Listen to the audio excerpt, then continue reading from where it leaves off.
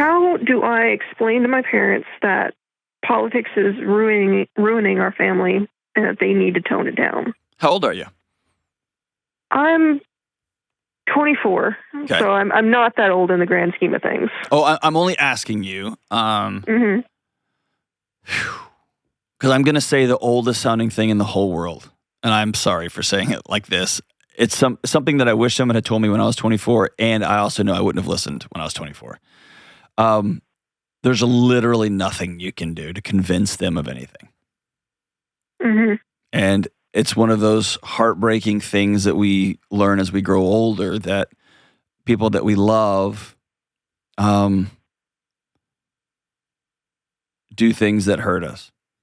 And we have pictures of the way we want things to be. We want family dinners to be fun and a safe place and hilarious. And sometimes they're not. And we want our dads to love our husbands, and we want our moms to love our wife, and sometimes they don't. And we want our uncle to not drink. It just is. And so I guess the thing I can tell you is I'm imagining you've already tried to have a conversation. It's come up a few times, but nobody in our family really feels comfortable having this discussion with them because they get so aggressive about it. Yeah. Then here's the deal. They're opting out of relationship with you. And then they turn to us and they ask us why we never call. Can you honestly say, because I don't like talking about politics and that's all you want to talk about? Mm-hmm. What do they say? They get offended. I know, but listen. Come after, like, they'll tell us that our beliefs are wrong and that, we just don't understand yet. We don't have the experience. It just kind of seeps into every little thing that they talk about. And it's like talking to a brick wall. I know, but you keep doing it. I cut them off a few days ago. So I would flip the language around, okay? Because I'm not a fan of cutting people off either, outside of extreme abuse. I am a fan of letting people opt out when they want to opt out. Your parents are not interested in a relationship with you. They're interested in being right. And my experience underneath all the political jargon is people are terrified and they don't have a map for how to work through that fear. And so they grasp with both hands so tightly.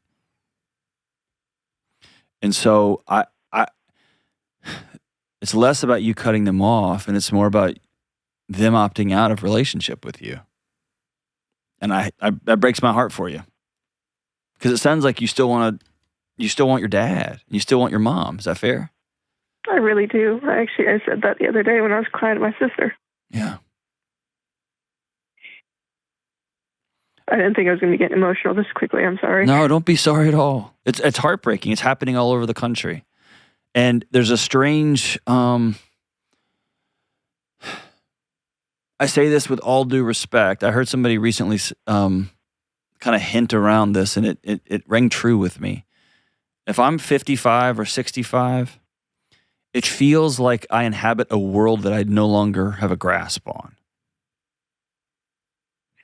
And when everyone's talking about machines and learning and AI and like, it just feels like everything's spooling underneath us. And when your whole life has been about control, it can feel unwieldy. And so that doesn't give them a pass to be ugly or rude or mean or demeaning. But it's a context. But there's something powerful about sitting in that exhale. Like, my dad doesn't want to be in a relationship with me. He just wants to be right. Yeah. It's something that I keep almost convincing myself not to believe, Yeah, I know. Especially considering how, like I mentioned before, they'll come back and they'll talk to me because I was always the kid that they put the safe label on. Mm-hmm. Yeah, but Hazel, they've been doing this to y'all for your whole life. Before politics. What was it before politics? for politics, it was probably my dad's emotional well-being. Okay. I was like the service dog kid of the family. There you go. And he was the unmedicated veteran. Okay. What was before that? That was just it. That was my whole childhood. No, but before that, was there some sort of religious dogma? Was there some sort of military dogma? Was there some sort of, this is who we are, is how we do things? Was there some of that too? I don't know how much is relevant to the question, but there was a lot of, like in my young years, there was a lot of us versus them. Yeah.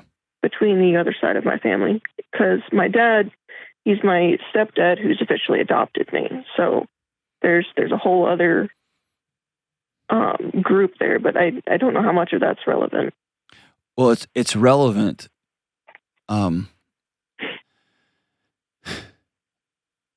It's relevant. Like, I'm good to talk about it. I just don't want to. No. I derail too much. No, it's not going to derail at all. It gives me kind of a GPS pin that I want to hand to you. Okay, your pain is earned over a whole lifetime. For your whole life, you've been put in the middle of immature, emotionally unregulated adults. And that's not a kid's job. To prop up dad, to prop up mom, to prop up the other side of the family, to get in the middle of, we love you more, no, we do. It's not your job. Your job is just to grow up and bang your head against boundaries and be silly and have fun and kiss. Like, you get what I'm saying? Mm-hmm. And so, your whole life you've been told you do X, Y, and Z, and that's your path to me. Instead of the old prodigal son picture in my head, which is the kid that leaves and dad sees him from far off after he squandered everything and he goes running after him. I don't care where you've been. I don't care what you've done. I don't care anything. You're my kid. And so I don't want you to think you're crazy that it hurts so bad.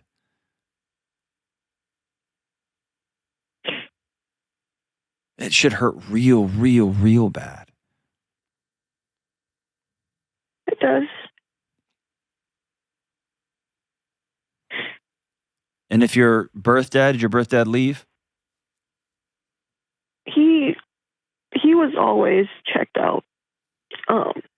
He never really initiates anything. To this day, he hasn't called me or anything. Okay. But he always makes commentary like, oh, one day you'll understand. Of course. And so can we just call this what this is? Dad number 2 is leaving also. And blaming you for it. Dad 1 left. You know what? You'll get it one day. You're too stupid to get it right now. There's nothing too stupid about your dad is supposed to fight the gates of hell for his daughter. And now you have another dad telling you, oh, you just young kid, you don't understand. And let's be honest, there is tons of geopolitical stuff you don't understand. It's not coming through on your news feed either, right? That's not the point. Yeah, no. The point is, Dad, who cares how you vote? Will you be my dad? And he said no. Not unless you continue in your young adulthood to jump when I say jump and think what I say think and believe what I say believe. I'm so sorry. It's all right. Hold on, hon, it's not. You've been saying it's all right your whole life. This one's not all right. I'm just used to saying that. I know. And you've been saying that your whole life.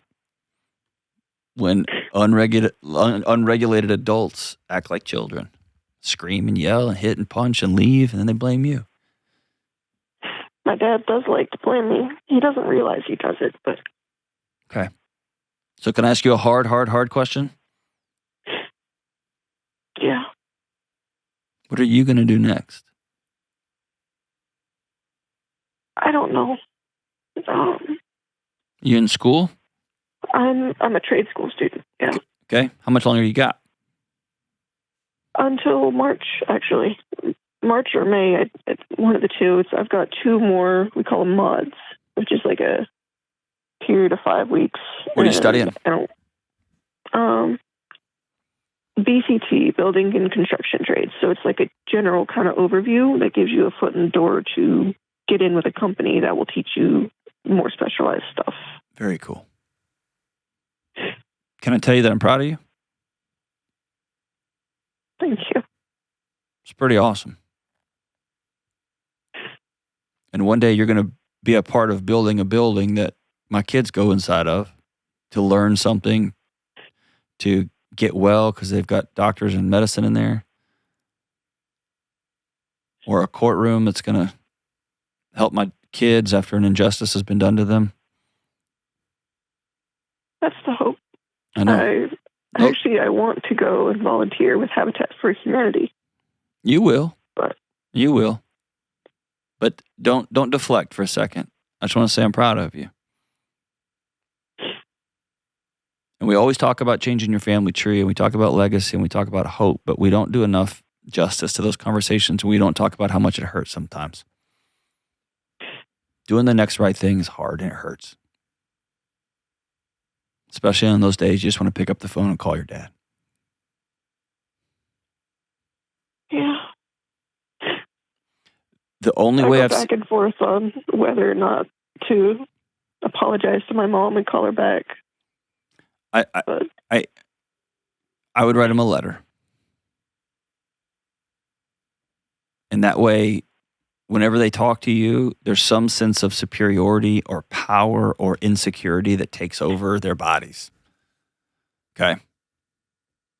And so when you challenge a thought, you challenge a belief, or you say, hey, when y'all do this, it hurts, they instantly go to fight or flight and they come back over the top of you. And y'all have been in that dynamic since you were a little bitty kid. Mm-hmm. So let's call that what it is, and that's a failed strategy. It doesn't work. So if we're going to try to connect, let's try one more thing. And that is a letter. And here's the beauty of a letter. If you write it with the intent to get you, I got you, it will burn everything to the ground. I would not recommend doing that. If you write a letter that says, hey, here's a path to your daughter, to my heart, to my mind, to my spirit, and I love you guys, and here's my boundaries, then they can read it, get all fired up, and then they can set it down. Cannot believe she wrote that. And then they can read it again. And then they can read it again.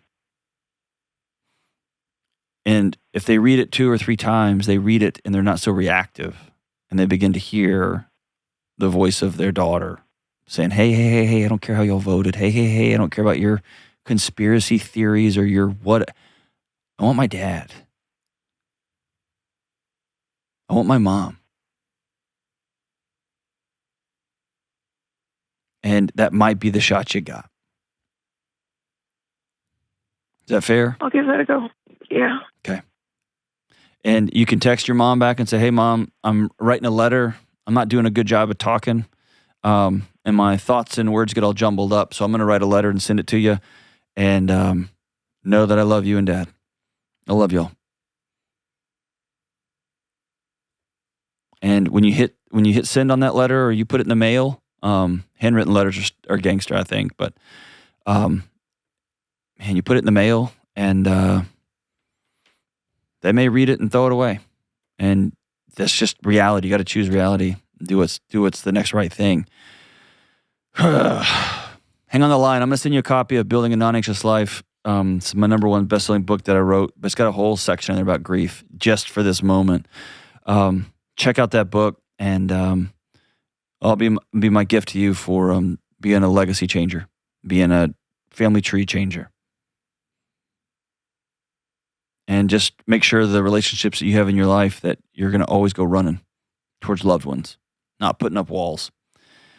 I wish I had a better outlook on this call, but kind of political nonsense divide going on between families is just breaking my heart. It's happening all over the country. And I hate it. I hate it. Moms and dads, this is what it sounds like when you're quote unquote right. And your kids are sitting there, even your adult kids are sitting there all by themselves.